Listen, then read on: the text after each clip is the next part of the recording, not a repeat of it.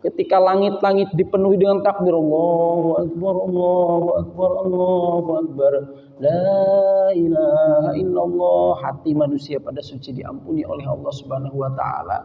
Allah sedang membuka pintu rahmatnya, tapi jarang orang qiyamul lail di malam itu. Dengan buka tangan berdoa kepada Allah. Doanya apa? Apa saja. Lalar, keleler. Olahraga saja kan butuh pemanasan, Pak. Tanpa pemanasan bisa encok. Pemanasan, ayo.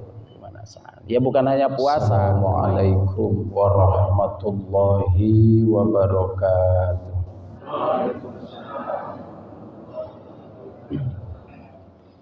La hadratin Nabiyil Mustafa Muhammadin sallallahu alaihi wasallam wa ala alihi wa ashabihi wa azwajihi wa dhurriyyati wa ala kulli niyatin salihah. Al-Fatihah.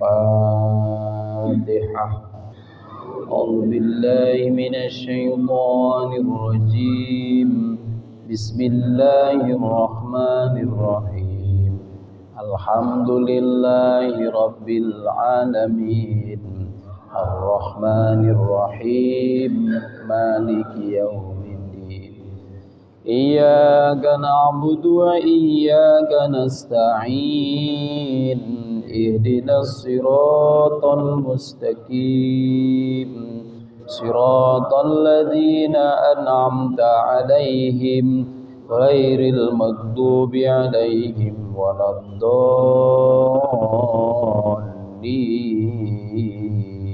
Amin. Sallallahu ala Muhammad. Sallallahu alaihi wasallam. Sallallahu ala Muhammad. Sallallahu alaihi wasallam. Sallallahu ala Muhammad. Sallallahu alaihi wasallam. Sallallahu ala Muhammad. Sallallahu alaihi wasallam. Anta syamsun, anta badrun,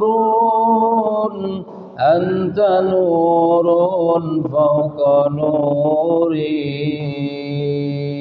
Anta syamsun, anta badrun, anta nurun fawqa nuri. Anta iksiru wa qali. Anta misbahus suduri. Sallallahu ala Muhammad. Sallallahu alaihi wasallam. Sallallahu ala Muhammad. Sallallahu alaihi wasallam. Ya Habibi ya Muhammad. Ya arushal khafiqaini. Ya Habibi ya Muhammad. Ya arushal khafiqaini. Ya muayyad ya mumajjad. Ya imam al-qiblataini. Sallallahu ala Muhammad. Sallallahu alaihi wasallam. Sallallahu ala Muhammad. Sallallahu alaihi wasallam. Alhamdulillah ala jami'i ni'amillah. Assalatu wassalamu ala sayyidina Muhammadin ibni Abdillah wa ala alihi wa ashabihi wa man tabi'a rusydah. Subhanaka la ilma lana illa ma 'allamtana innaka antal alimul hakim. Rabbi shrah li sadri wa yassir li amri wahlul 'uqdatam min lisani yafqahu qawli. Al-ayah. Saudara-saudaraku sekalian yang dicintai oleh Allah Subhanahu wa taala, calon-calon menjadi orang yang akan dimasukkan ke dalam surganya Allah. Sehingga Rasulullah pernah bersabda bahwa seseorang itu sudah dicatat akan masuk surga maupun masuk neraka, sudah ditentukan oleh Allah, sudah menjadi qada dan ketentuannya Allah. Para sahabat bertanya, wahai Rasulullah, kalau begitu buat apa kami beramal, padahal kami masuk surga dan neraka sudah ada dalam catatan Allah? Kata Rasulullah, tidak demikian, tetapi beramallah. Karena orang itu sudah disetting akan masuk surga, dia akan berjalan suka, diproses untuk beramal masuk surga.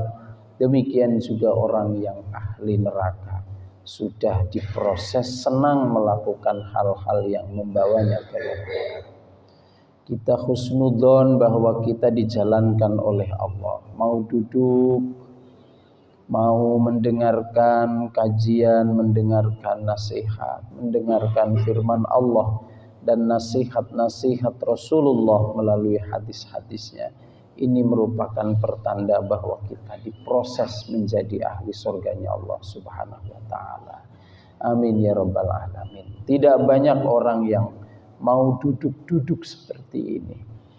Tidak banyak orang yang mau mendengarkan nasihat, apalagi yang mengamalkannya. Kita saja yang duduk mendengarkan dapat ilmu masih terasa berat untuk mengamalkannya, apalagi orang-orang yang tidak mau ngaji, tidak mau duduk dan mendengarkan nasihat. Padahal sudah jelas Al-Quran mengatakan, wal 'ashr innal insana lafi khusr illal ladzina amanu wa 'amilus sholihat wa tawasaw bil haqqi wa tawasaw bis sabr. Demi waktu yang selalu berjalan, selalu berputar, tidak bisa dihentikan, sesungguhnya manusia berada dalam kerugian kecuali orang-orang yang beriman, beramal soleh dan saling menasihati. Saling menasihati ini saling berbagi ilmu dalam kebenaran dan kesabaran. Mudah-mudahan termasuk kita semua. Amin ya rabbal alamin. Tidak terasa, saudara-saudaraku sekalian, kita sudah berada di bulan Rajab, bulan yang mulia menurut agama kita. Jadi agama Islam itu mengenal waktu-waktu yang mulia, hari mulia, bulan mulia, tetapi tidak mengenal hari atau waktu atau bulan yang tidak mulia. Nah, ini salah satu perbedaannya. Kalau dalam ajaran ada al-ada al-jawiyah, adat Jawa maupun Sunda, kita kan di Jawa nih, ada etnis Jawa, ada etnis Sunda. Itu ada waktu-waktu yang tidak baik. Ada hari nahas. Pernah dengar hari nahas? Biasanya kata orang Jawa hari geblage mbae. Mungkin panjenengan pernah dengar. Hari Jumat Kliwon geblage mbae. Hari Sabtu wage geblage morotuane. Hari Ahad pon geblage mantane. Jadi seminggu geblag kabeh. Kapan sing ora geblag akhirnya ora manten-mantenan mergo geblag kabeh. Demikian juga waktu, ada saat-saat yang nahas. Kata orang Jawa, kata orang Sunda. Jenengan mau pakai silahkan, tidak silahkan. Sampai-sampai itu tanggal 4 besok ada orang yang mau nikah, waktunya hanya dari jam 8 pagi sampai setengah 10. Pak Naib nanti dinikahkannya jam 9. Jangan lebih dari jam setengah 10. Kalau lebih nanti lebih baik tidak nikah sekalian. Saya diancam. Tujuannya supaya tepat waktu. Padahal nikahnya ada 4. Gimana bagi waktunya? Kalau kebetulan dukunnya sama 4-4-nya, harus dinikahkan pada waktu yang sama. Gimana saya membagi tubuh ini? Nah, kan harus pakai aji-aji mencolo putra, mencolo putri. Harus berada di tempat yang berbeda pada waktu yang sama. Nanti saya belajar ilmunya sama ketua takmir masjid itu. Dalam Islam tidak ada. Islam mengenal waktu yang mulia, al-awqat al-mutafadilah. Islam mengenal hari yang mulia, hari Jumat, Sayyidul Ayyam. Kalau waktu yang mulia banyak. Panjenengan mau menggunakan ini bagus sekali. Digunakan untuk doa. Pertama, sulusal lail, sepertiga malam untuk berdoa. Bagus, setiap malam. Allah membuka pintu maaf, Allah membuka pintu rizki, Allah membuka pintu anugerah dan ampunan pada setiap sepertiga malam. Sulusayil lail. Kemudian ada lagi bainal khutbataini. Ini laki-laki yang suka Jumatan, ada saat-saat yang sangat mulia untuk berdoa, hanya beberapa menit saja, yaitu antara 2 khutbah. Antara 2 khutbah panjenengan buka tangan berdoa kepada Allah. Doanya apa? Apa saja. Pakai bahasa apa saja, pakai bahasa apa saja. Ya Allah, anak saya mudah-mudahan diberi kesembuhan. Antara 2 khutbah, itu hanya sesaat. Pakai berdoa. Kebanyakan tidak berdoa, tapi lagi khusyuknya tidur. Yang pengalaman ini pasti kuyu. Khusyuknya tidur. Bangunnya nanti pas Allahu Akbar, qomati shalah, alhamdulillah hilladzi ahyana ba'da ma amatana wa ilaihin nusyur. Alhamdulillah, udah Jumatan sudah bagus. Antara 2 khutbah. Ada lagi malam-malam yang mutafadilah.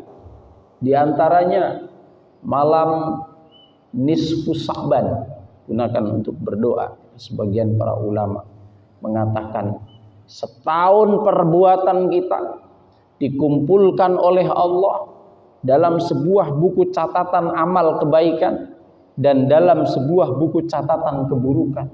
Dua-duanya disampaikan kepada Allah kapan? Pada malam nisfu Sa'ban. Makanya gunakan malam nisfu Sa'ban untuk berdoa semampunya, sekuatnya. Gunakan itu.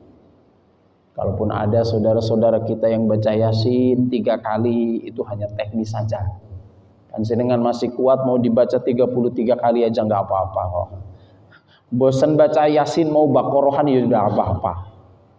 Nggak apa-apa. Kalau itu cuma urusan teknis saja.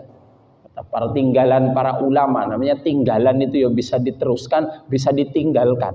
Namanya juga tinggalan. Tetapi yang mengatakan nisfu Sa'ban itu malam al-mutafadilah, malam yang utama, itu sangat-sangat memang dianjurkan oleh Rasulullah. Kemudian ada lagi malam Lailatul Aidil Fitri. Nah, ini kita jarang memahami kalau malam Lailatul Idul Fitri itu malam yang mulia. Ketika langit-langit dipenuhi dengan takbir, Allahu Akbar, Allahu Akbar, Allahu Akbar, la ilaha illallah, hati manusia pada suci diampuni oleh Allah Subhanahu wa taala. Allah sedang membuka pintu rahmatnya, tapi jarang orang qiyamul lail di malam itu. Kebanyakan sibuk. Bapak-bapak sibuk sesuk nganggo sarung opo. Kuplu esing di. Ibu-ibu sibuk opo re urung mateng. Mejane urung kebak, masih ada yang kurang anak urung tuku ke baju warib. Maka jarang orang tidur gasik di malam Lailatul Aid.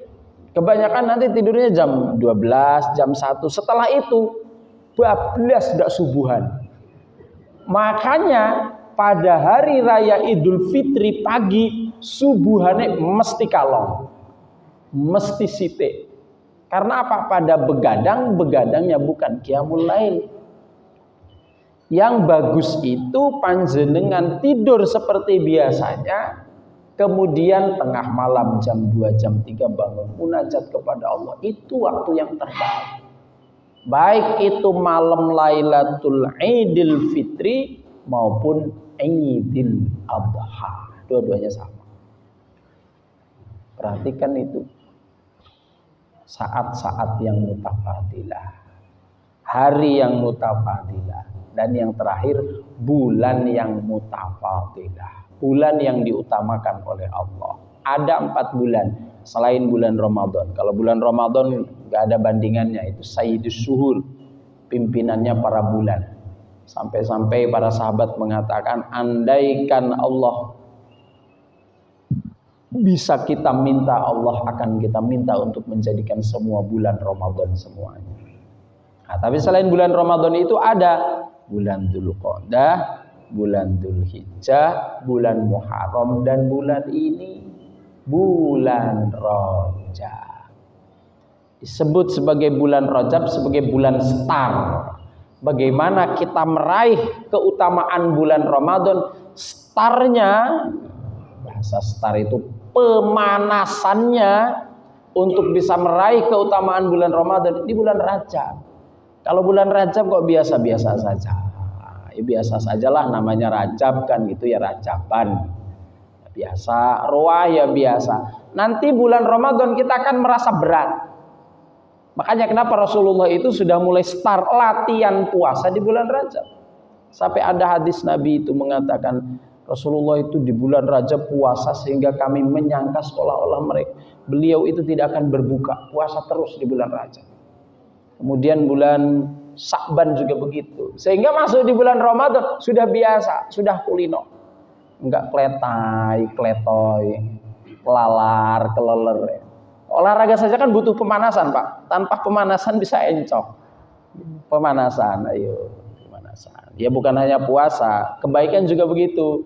Sholat malamnya sudah mulai, seminggu 2 kali, seminggu 3 kali.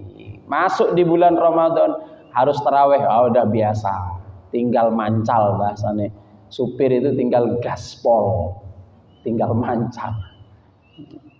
Itu makanya kenapa ada doa yang sering kita dengar di bulan Rajab ini. Allahumma barik lana fi Rajaba wa Sya'bana wa ballighna Ramadana. Allahumma barik lana fi Rajaba wa Sya'bana wa ballighna Ramadana wa ballighna Ramadana. Awabalighna Ramadana wabalighna Ramadana. Allahumma barik lana fi Rajaba wa Sya'bana. Allahumma barik lana fi Rajaba wa Sya'bana wa ballighna Ramadana wa ballighna Ramadana. Ramadhan Salatullah ala Taha Rasulillah Salatullah salamullah ala Yasin Habibillah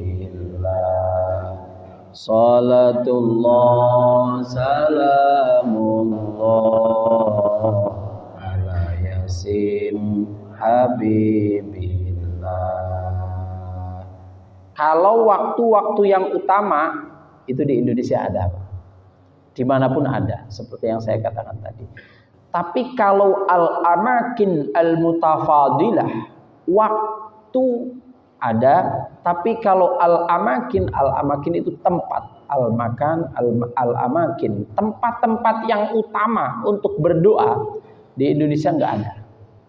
Semua tempat kita gunakan untuk berdoa, yang penting bukan kamar mandi, semuanya utama, masjid, sholat. Tidak ada yang disebutkan di dalam hadis Nabi, tidak ada yang disebutkan yang di dalam Al-Quran disebutkan kalau berdoa di makamnya Sunan Kalijogo gitu, tidak ada. Di dalam hadis disebutkan makamnya Sunan Ampel, tidak ada. Adanya hanya di Haromain. Haromain itu Makkah dan Madinah. Makanya kenapa orang itu haji dan umroh, tujuannya supaya mengunjungi. Al-Hajj itu kan mengunjungi, berkunjung, mendatangi tempat-tempat yang al-mutafadilah, utama untuk berdoa. Tujuannya itu sebenarnya di Madinah maupun di Mekah. Di Madinah itu ada tempat yang pernah saya jelaskan, kira-kira 12 kali 12 seruangan ini, namanya Raudhah, persis di samping makamnya Rasulullah, pengimaman Masjid Nabawi. Makanya panjenengan kalau umroh jangan lupa, jangan lewatkan untuk mengunjungi tempat itu. Sekali umroh hanya bisa sekali masuk tempat itu, karena harus pakai password, Pak. Harus pakai aplikasi sekarang namanya Nusuk. Panjenengan pakai aplikasi itu sudah pernah masuk, nggak bisa masuk lagi. Hanya sekali dalam setahun, kebijakan pemerintah Arab Saudi. Dijaga oleh polisi, namanya Raudhah. Kemudian di Madinah juga ada sebuah masjid yang kalau panjenengan sholat 2 rakaat, ini jarang diungkap, pahalanya sama dengan umroh secara sempurna. Cukup sholat 2 rakaat. Jadi kalau panjenengan yang umroh biasanya ke Madinah dulu, di Madinah jalan-jalan. Jalan-jalan di Madinah itu ya cuma dari masjid ke masjid, Pak. Ada Masjid Kuba, Masjid Qiblatain, ada Masjid Sayyidina Umar, ada Masjid Sayyidina Abu Bakar. Nah, ada satu masjid yang pertama kali dibangun, panjenengan sholat di situ, itu pahalanya sama dengan mengerjakan umroh secara sempurna. Masjid apa itu namanya? Masjid Kuba. Jadi jangan lupa kalau jalan-jalan umroh, aja mong, wah masjidnya apa? Selfie-ne ping 13 tapi durung sholat. Belum masuk ke dalam masjid sudah selfie. Itu yang sekarang banyak merusak amal para jamaah, baik jamaah haji maupun jamaah umroh, yaitu golongan selfisme. Belum melakukan umroh dan haji sudah selfie, itu golongan selfisme. Jadi di situ ada Masjid Kuba. Kemudian dari Madinah ke Mekah. Di Mekah itulah tempatnya yang mutafadilah. Ada tempat-tempat yang utama untuk berdoa. Jangan lupa. Apa itu? Yang pertama ada yang namanya Maqam Ibrahim Musalla. Maqam Ibrahim, bukan makamnya Nabi Ibrahim. Tempatnya seperti kurungan manuk. Kalau habis tawaf, sholatlah di belakang itu, berdoa di situ, karena disebutkan di dalam Al-Quran. Maqamu Ibrahim Musalla, tempat sholat di situ, yang utama, dekat Ka'bah. Kemudian muter lagi, ada bangunan setengah lingkaran, hampir nempel dengan Ka'bah, setengah lingkaran. Panjenengan masuk di situ, sholat di situ, berdoa di situ. Itu persis di atasnya panjenengan bisa melihat dari Hijr Ismail namanya, melihat ke atas ada talang. Namanya talang Ka'bah, terbuat dari emas. Sering disebut dengan talang emas. Warnanya emas, memang terbuat dari emas. Panjenengan tengadahkan tangan setelah berdoa, persis di bawah talang emas. Tapi ya jangan doanya ya Allah muga-muga talangnya tiba, yo jo. Itu talang emas. Berdoa di situ. Barang siapa yang sholat di Hijr Ismail, kata Nabi, maka dia sama dengan sholat di dalam Ka'bah. Padahal tidak semua orang bisa masuk ke dalam Ka'bah. Di Indonesia itu yang bisa masuk ke dalam Ka'bah siapa? Kalau bukan Pak Jokowi. Hanya presiden saja, hanya raja-raja saja yang bisa masuk ke dalam Ka'bah. Entah besok yang masuk Pak Anies atau Pak Prabowo, Pak Ganjar, kita lihat tanggal 14. Kalau jadi nanti berkunjung ke sana biasanya diajak masuk oleh Raja Salman, sholat di dalam Ka'bah. Yang sudah pernah malah Pak Jokowi. Kemudian ada lagi, muter lagi, kita akan melihat di pojok Ka'bah namanya Hajar Aswad. Batu hitam yang konon kata para ulama itu adalah batu yang sangat bersih, putih dan bening dari sorga tadi. Tetapi karena banyaknya dosa manusia yang menempel di situ, apalagi manusianya pada senang mencium Hajar Aswad kan, dosanya pada nempel. Makanya panjenengan yang senang dicium suami, dosanya pada nempel. Ya, itu Hajar Aswad tadinya putih menjadi hitam, menghitam, makanya Hajar Aswad. Ya, tapi memang syariatnya begitu. Syariatnya begitu, Hajar Aswad harus dicium untuk menghilangkan dosa-dosa kita. Sampai-sampai kata Nabi, bagi yang tidak mencium Hajar Aswad karena kesusahan, tidak masalah.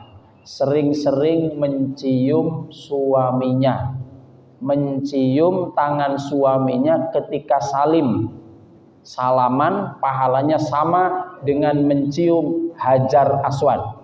Saya tanya ibu-ibu, kalau suami mau berangkat sering cium tangan enggak? Masya Allah, kok jujur menil. Itu pahalanya besar sekali mencium tangan suami, sama dengan pahalanya mencium Hajar Aswad. Apalagi nek suaminya ireng, wah aswad tenan ini. Pahalanya besar sekali. Antara Hajar Aswad dengan pintu Ka'bah, kalau umroh bisa, kalau haji wah susah banget itu. Antara Hajar Aswad dengan pintu Ka'bah itu tempat untuk berdoa, namanya multazam. Makanya ada istilah multazam, itu di situ tempatnya. Tempat yang mutafadilah, yang utama digunakan untuk berdoa. Saudara-saudaraku sekalian yang dimuliakan oleh Allah, itu mukaddimah bulan Rajab ya. Mukaddimahnya sudah setengah jam. Ngajinya nanti setengah jam. Saya ingin membahas tentang satu bahasan yang akan kita kaitkan dengan pemilu saat ini. Faslun fil isaa'ah al-qawliyah. Pasal yang membahas tentang kejahatan dalam berujar. Karena apa? Saya melihat kondisi saat ini, ketika pemilu sudah hampir mendekati, yang paling banyak dosa dilakukan oleh sahabat-sahabat kita, mungkin termasuk kita, itu adalah dosa yang dikeluarkan oleh ujaran. Ujaran itu bisa perkataan, bisa tulisan. Apa ya? Ujaran bahasa Jawane napa nggih? Ya ujaran. Kan ada istilah ujaran kebencian. Ujaran itu bisa perkataan atau bisa tulisan, yang pasti ujaran. Sebelum ada pemilu jauh, para ulama sudah menulis tentang kejahatan-kejahatan yang dilakukan oleh ujaran, ungkapan. Sejauhnya apa ya wangel man. Bukan ucapan, ungkapan. Ungkapan ini kan bisa diungkapkan melalui ucapan, ekspresi, ataupun tulisan. Bahasa Indonesianya ujaran atau ungkapan.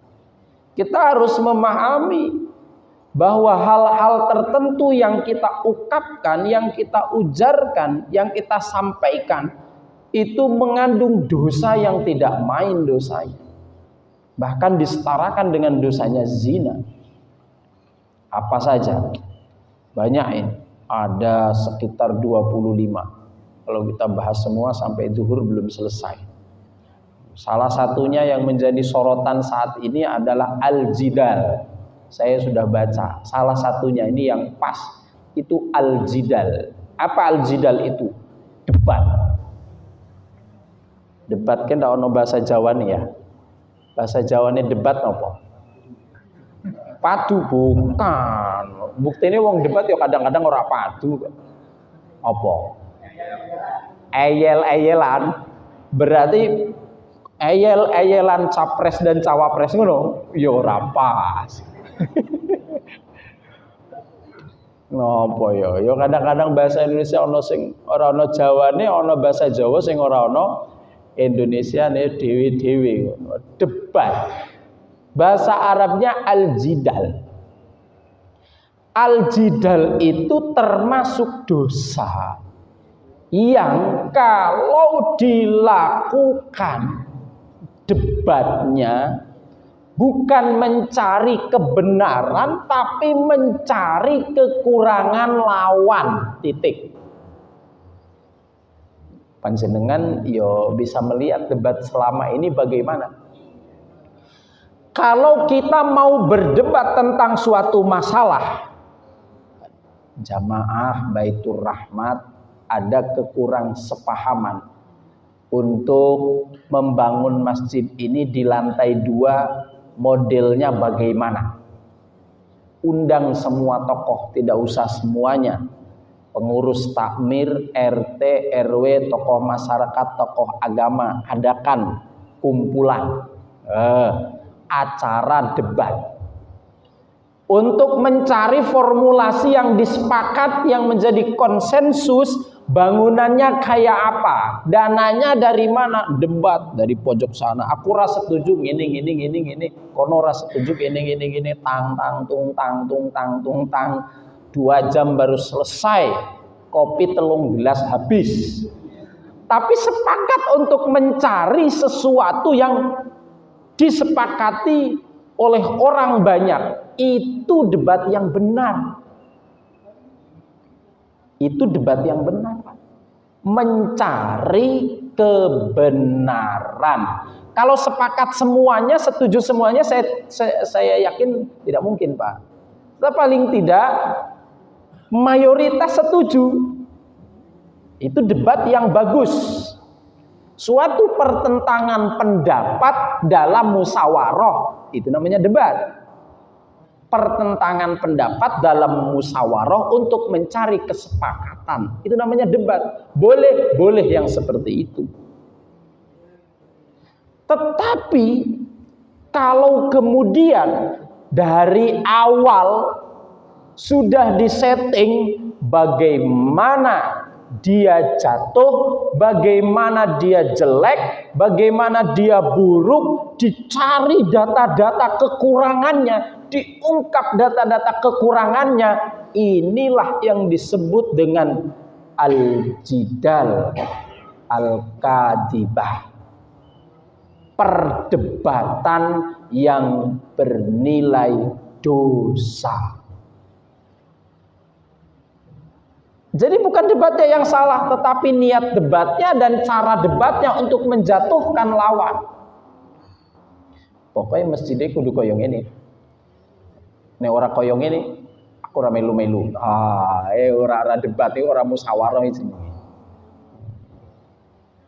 Jadi kalau kita punya pendapat, sampaikan pendapat yang baik.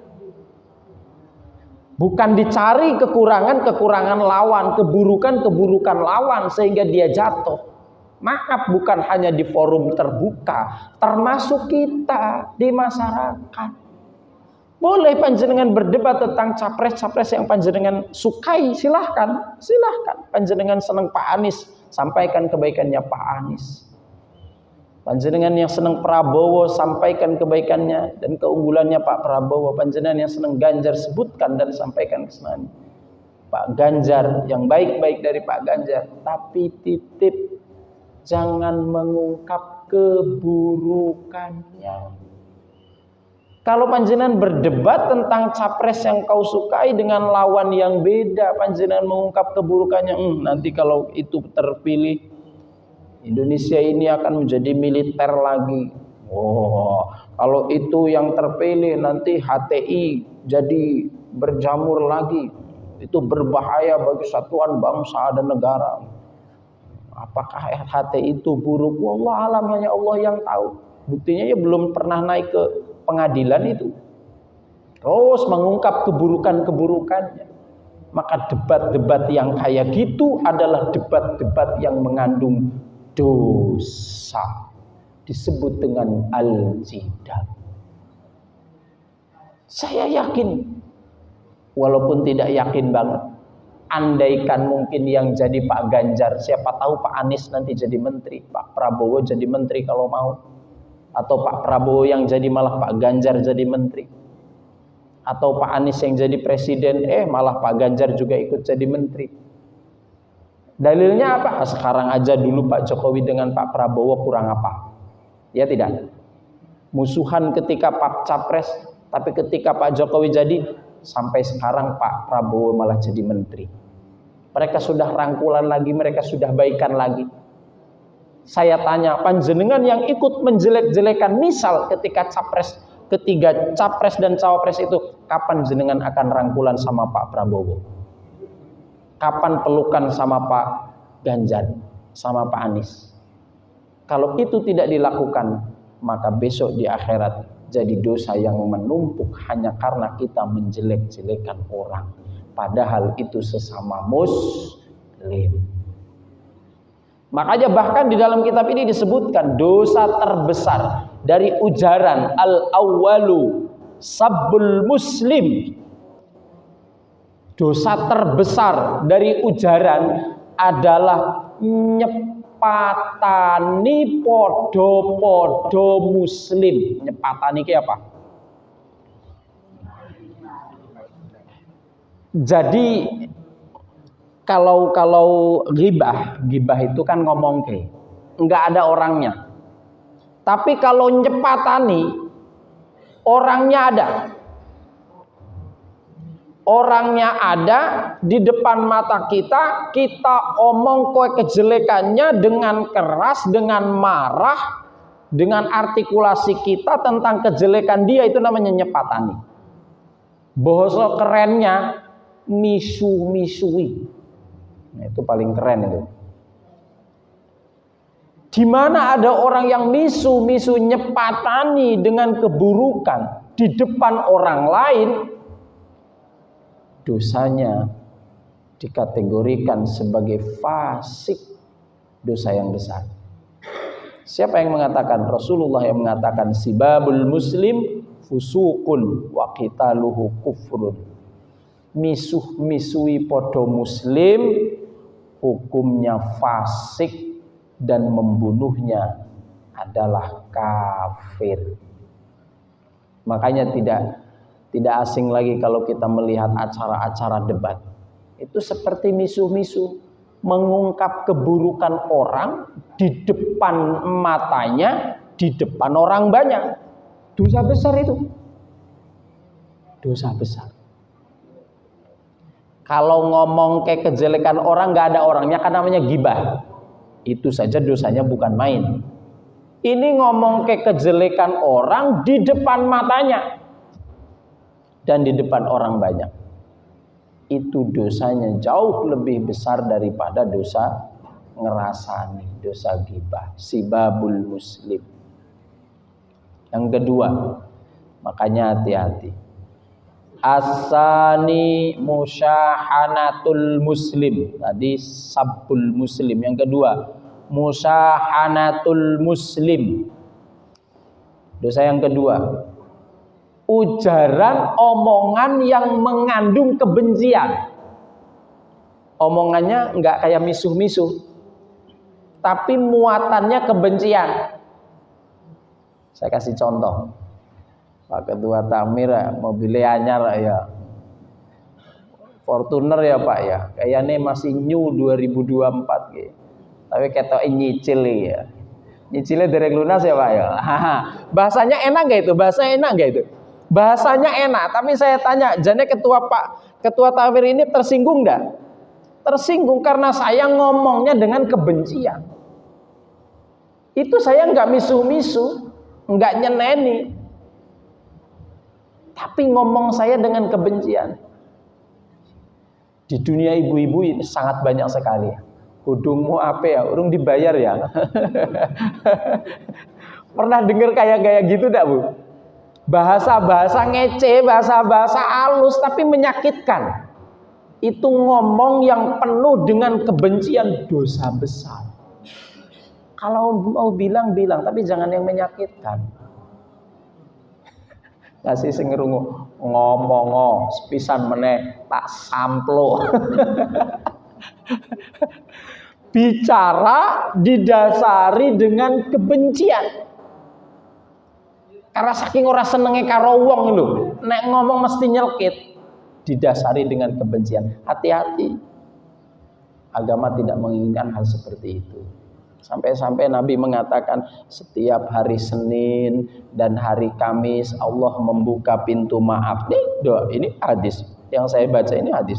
Ta'arudul a'mal alallahi ala kulli khamis wasnain.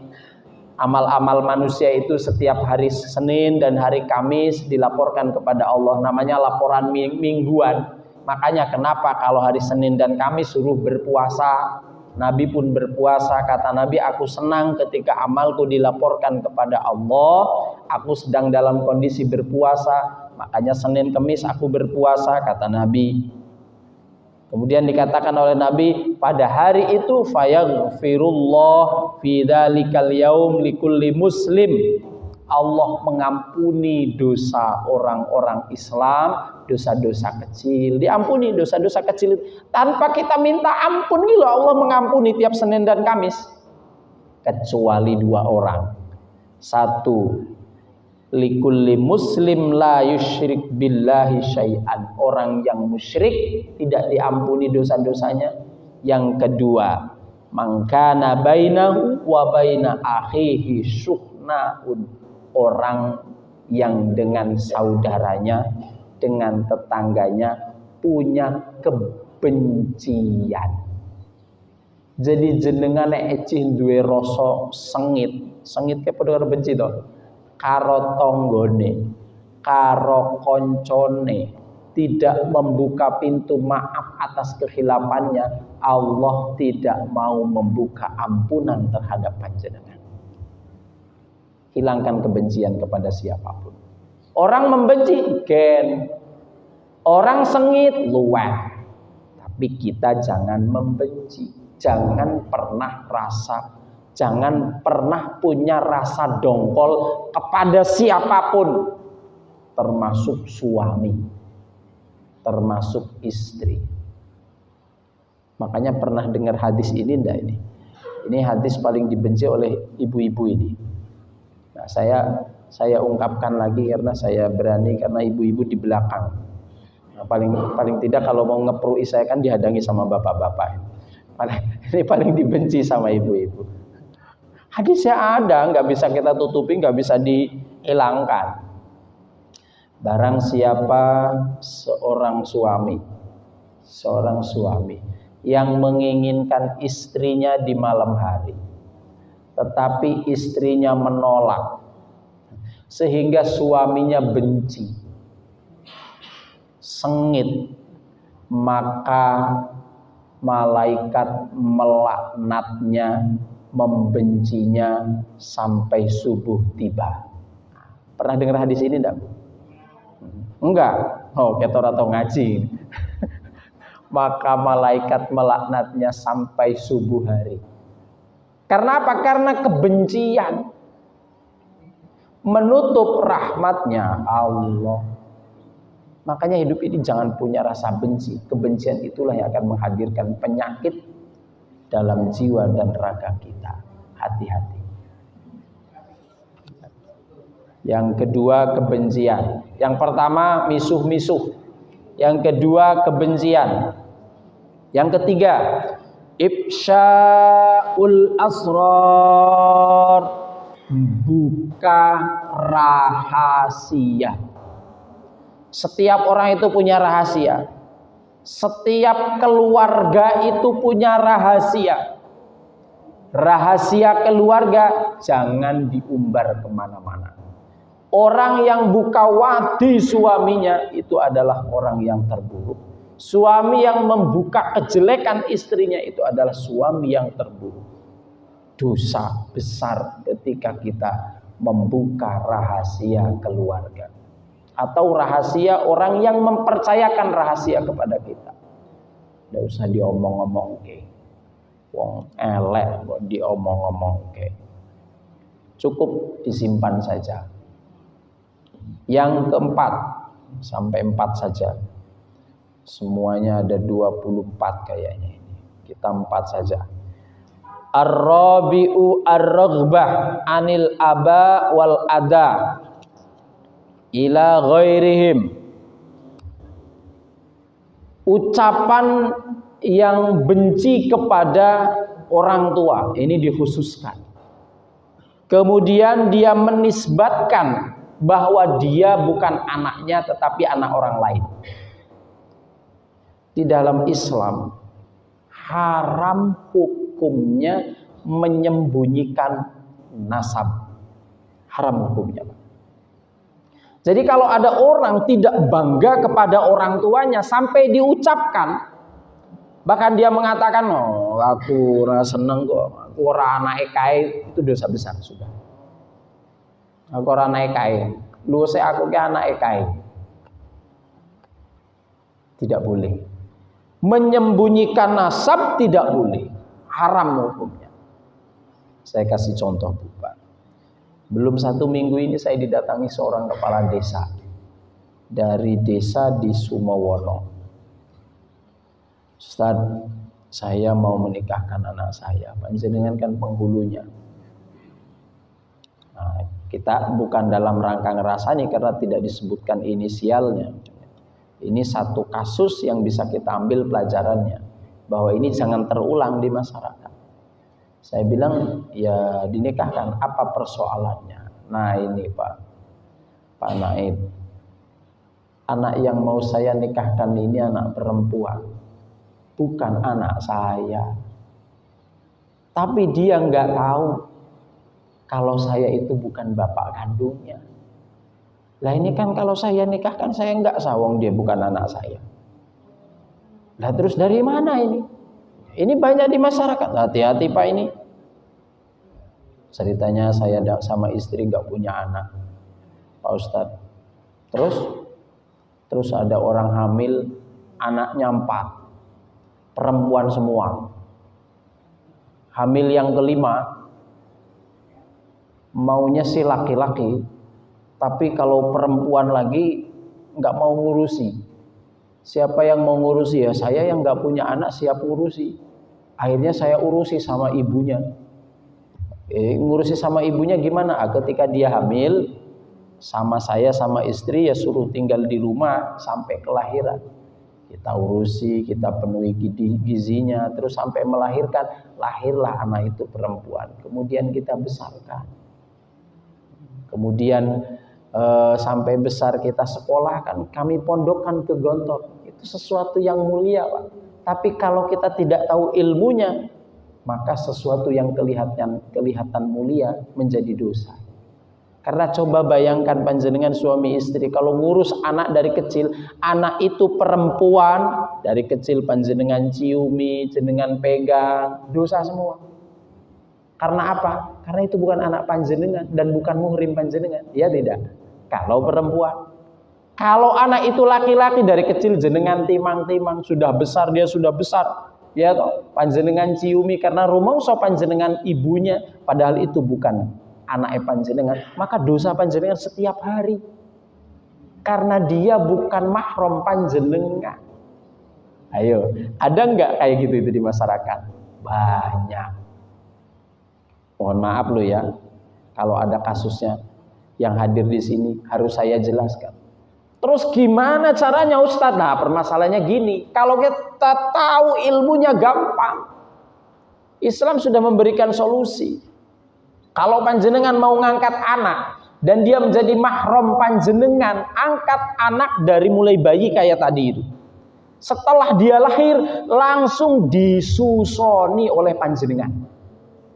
Caranya cukup 3 kali suson dan keluar air susunya, jadilah dia seperti anak panjenengan. Namanya anak sepersusuan, seperti Rasulullah dengan Halimatus Sa'diyah. Kalau dia anak perempuan jadi mahram dengan suami panjenengan. Kalau dia laki-laki jadi ibu dari panjenengan. Dengan anak-anak panjenengan jadi saudara mahram, tidak boleh menikah seperti anak sendiri. Syaratnya disusoni minimal 3 kali suson, sudah jadi saudara suson. Jadi saudara sepersusuan. Ustaz, istri saya kan nggak hamil, bagaimana bisa keluar susunya? Ya jangan tanya Ustaz, itu urusannya dokter. Oh, saya sudah mikiri agama terus, suruh mikiri susu juga. Itu bukan urusannya saya. Buktinya Halimatus Sa'diyah sudah jadi nenek-nenek bisa keluar susunya. Bahkan itu menjadi sebuah profesi di Arab. Ada ibu sepersusuan. Kalau dokter sekarang tidak bisa memberi jawaban itu, kalah dong oleh dokter-dokter zaman Rasulullah yang bisa mengeluarkan air susu bagi perempuan yang tidak hamil. Ya tidak? Loh, jangan tanya Ustaz. Saya sudah banyak mikir fikih, akidah, suruh mikir air susu juga. Kasihan dong saya. Hanya dokter itu. Saya mau ngadopsi anak ini supaya susunya keluar. Bagaimana? Enggak usah banyak-banyak. 3 kali saja. Setelah itu disambung susu formula, bebelak, apa susu apa, SG, terserah. Yang penting syaratnya sudah tercukupi. Jadilah dia anak panjenengan, saudara sepersusuan. Kemudian ketika dia sudah balik, dikasih tahu saya ini bapak angkat, saya ini ibu sepersusuan, saudara sepersusuan, bapakmu kandung ini, ibu kandungmu ini. Nah, itu yang islami, itu yang berpahala. Betul ujuk-ujuk ngangkat anak itu tidak ada hubungan darah, nanti jadi dosa terus. Gitu caranya. Kalau panjenengan ngangkat anaknya sudah besar ya silahkan, tapi harus bisa menjaga diri. Karena dia bukan mahram kita, kecuali kalau panjenengan ngangkatnya dari anak saudara. Anake adimu, anake kang masmu, nggak apa-apa, itu kan mahram. Bisa diterima nggih? Nah, tidak boleh. Akhirnya saya jawab, ya sudah nanti saya bantu. Ya nanti kalau saya bilang Ustaz, pada saat nikah walinya hakim gimana? Nah, gimana itu? Ya wis gini aja. Nanti yang nikahkan langsung saya sebagai kepala KUA, saya nikahkan dengan wali hakim. Hakimnya tidak disebutkan nggak apa-apa. Yang penting jenengan kan bukan mewakilkan kepada saya. Jadi kalau panjenengan menikahkan anak perempuan, jenengan nggak bisa kan wakil kepada naib. Saya mewakilkan.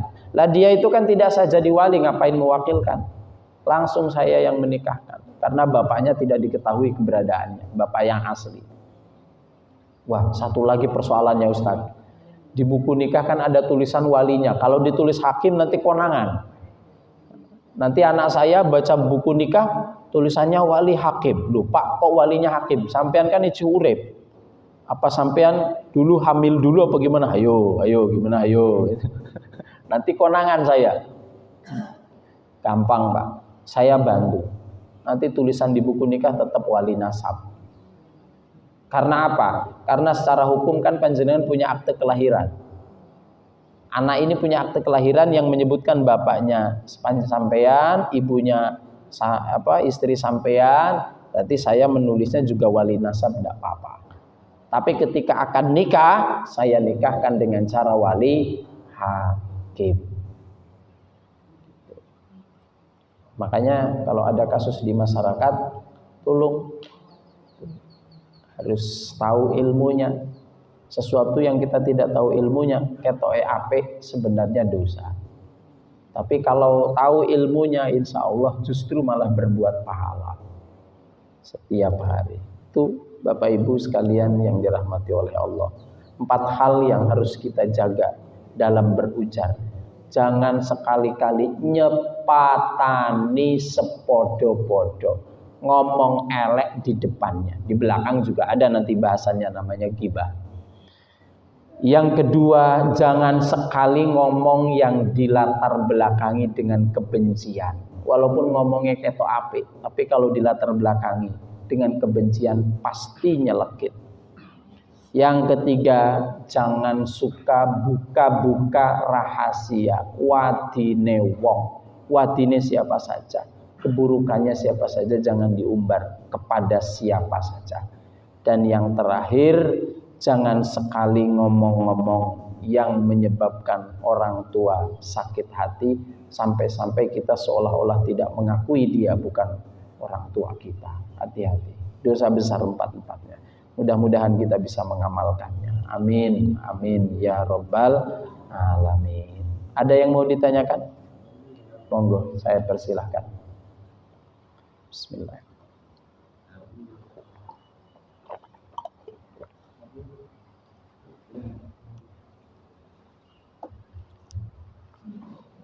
Assalamualaikum warahmatullahi wabarakatuh. Waalaikumsalam warahmatullahi wabarakatuh. Ini saya berkaitan dengan debat cawapres, sampai dan cawapres. Tidak bisa kita pungkiri bahwa apa yang telah terjadi debat tersebut cenderung adalah Menjatuhkan. misalnya Komnas HAM dan lain. Kemudian sepertinya konsep yang telah dibuat oleh KPU itu tidak melarang. Sudah ada aturan-aturan yang sudah boleh bagaimana dalam debat tersebut sudah diatur. Ini bagaimana Pak, ini kesalahan ini tidak jadinya tertimpa di lembaga hukum yang dipercayakan oleh negara, di mana negara itu sudah wakil kita, lembaga Indonesia, dan lembaga itu proses seperti itu, kadang-kadang sudah tidak itu menerima keputusannya dari proses yang salah tersebut. Iya, itulah yang disebut dengan kesalahan murakkab, kesalahan yang tersusun. Ya, saya sih belum melihat kalau konsepnya debat capres seperti apa, itu saya belum membaca aturan mainnya. Tapi kalau aturan main itu mempersilahkan untuk menjelek-jelekan, mengungkap kesalahan orang, ia tetap dosa. Para pelakunya ya dosa. KPU-nya yang kalau kemudian juga yang membuat aturan itu membolehkan, ya tetap dosa. Kalau kemudian aturannya sebenarnya tidak, tetapi ketika pelaksanaan itu ia menjelek-jelekan pihak lawan, maka ya yang dosa pelakunya. Kalau aturannya saya kurang paham. Yang pasti kita punya konsep debat yang mengungkap kekurangan dan kejelekan orang lain dan pihak lain, hukumnya dosa. Kalau menurut saya, konsep besar yang bagaimana supaya tidak dosa kayak gini, Pak. Pertama, calon mengungkapkan visi misi, mau apa ketika jadi presiden atau wakil presiden, itu yang disampaikan. Kemudian pihak lawan cukup mempertanyakan saja. Kan bisa debat seperti itu. mempertanyakan bagaimana kalau begini, bagaimana kalau begitu, bagaimana, kan bisa. Ini saya capres. Saya menyatakan, saya kalau jadi presiden nanti masjid ini akan saya bangun megah 5 lantai. Ini, lah, sedangkan tanya, duitnya saka ngendi? Pertanyaan seperti itu kan tidak menyudutkan, logis. Bukan kemudian belandrah kemana-mana, keburukan saya bahasanya ngene, alah kowe wong mangan wae angel kok arep bangun masjid 5 lantai lah, kan beda itu. Beda kan? Beda, karena jenengan sudah menjatuhkan pribadi saya, sudah mengutik-utik kehidupan dan keburukan yang ada pada diri saya. Tapi kalau panjenengan cukup bertanya, uangnya dari mana? Wong penghasilan kita orang sini itu paling-paling kalau iuran nyampenya 100 juta. 5 lantai dari mana? Kan logis, Pak. Tapi kalau panjenengan yang dikatakan itu, lah apa jenengan ora mikir, wong sampean dhewe engko mangel arep lah. Beda, Pak. Nah, itu. Pokoknya konsep besarnya kalau suatu debat dimanapun dari tingkat capres sampai RT, calon presiden sampai calon RT kok menjatuhkan pihak lawan, menyerang secara pribadi, mengungkap keburukan dan kejelekannya, itu masuklah ke dalam dosa besar. Namanya jidal. Sakit tapi kalau memang konsep itu saya nggak tahu konsepnya seperti apa, memang membolehkan seperti itu atau harusnya seperti itu, silahkan. Mengungkap kekurangan lawan misal, ya berarti ya dosa sak wong-wong sing gawe konsepe, ya dosa sak lembagane. Nggih. Tasih wonten. Nggih, terakhir. Oh, yang mana tadi? Nggih. Nggih.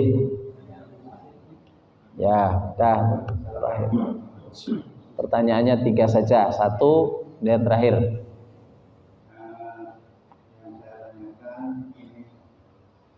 Kalau ada undang-undang yang undang-undang itu dilanggar, misalnya kesalahan, terus kesalahan itu diangkat-angkat supaya dihukum benar-benarkan oleh orang itu, terus kesalahan itu jadi panutan di atas. Apakah kita yang mendukung kesalahan dari awal itu kita termasuk dosa atau bagaimana? Contohnya pun. Contohnya kalau misalnya ini ada peraturan si A ini belum boleh menjadi panutan untuk harga ini misalnya. Terus tapi dari peraturan ini terus kita dukung supaya peraturan ini dibenarkan, enggak apa-apa.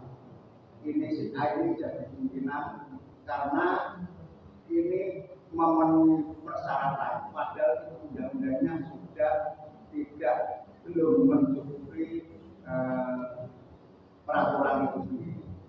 Kalau kita mendukung, apakah kita termasuk terjerumus dosa atau tidak?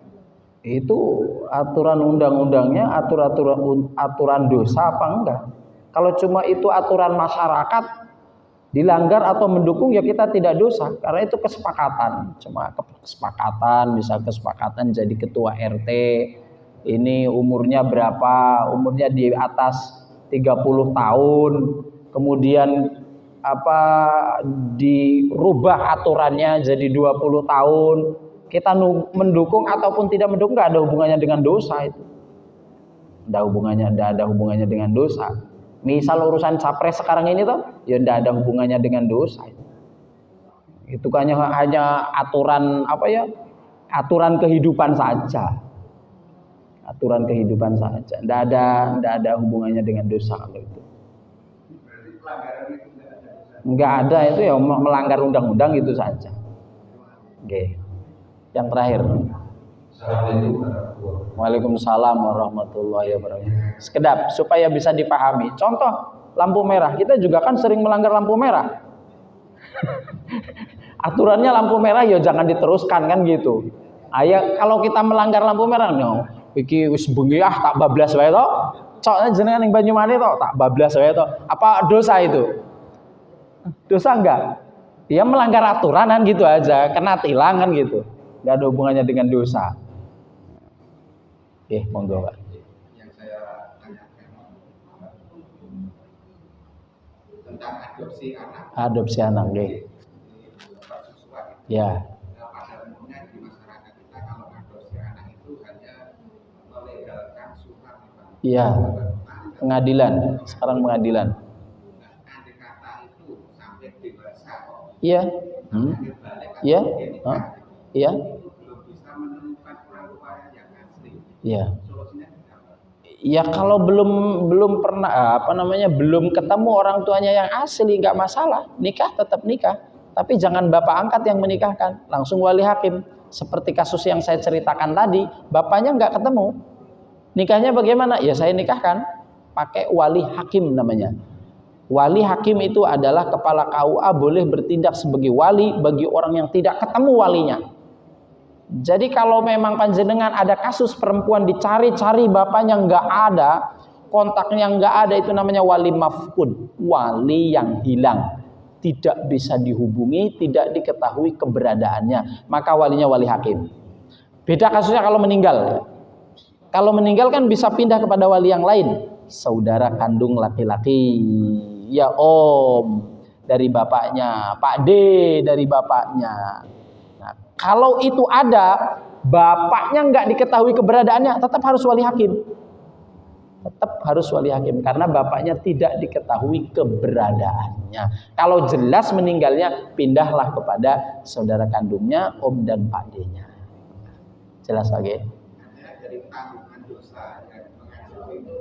Yang mengadopsi tidak berdosa, tetapi yang mengadopsi berdosanya kalau setiap hari dia berhubungan, melanggar syariat.